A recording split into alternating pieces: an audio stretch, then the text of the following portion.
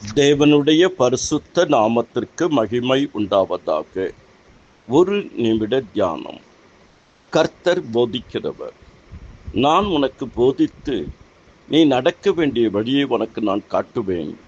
உன்மேல் என் கண்ணை வைத்து உனக்கு ஆலோசனை சொல்லுவேன்.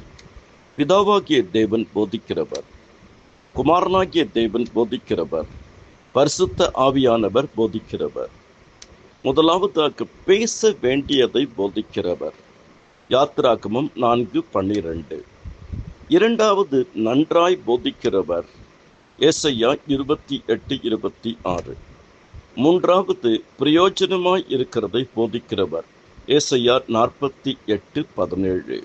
இஸ்ரவேலரின் பரிசுத்தரும் அதன் மீட்பருமாகிய கர்த்தர் உரைக்கிறது என்னவென்றால், பிரயோஜனமாய் இருக்கிறதை உனக்கு போதித்து நீ நடக்க வேண்டிய வழியில் உன்னை நடத்துகிற கர்த்தர் நானே. தேவ கிருபை உங்களை ஆள்வதாக. ஆமேன்.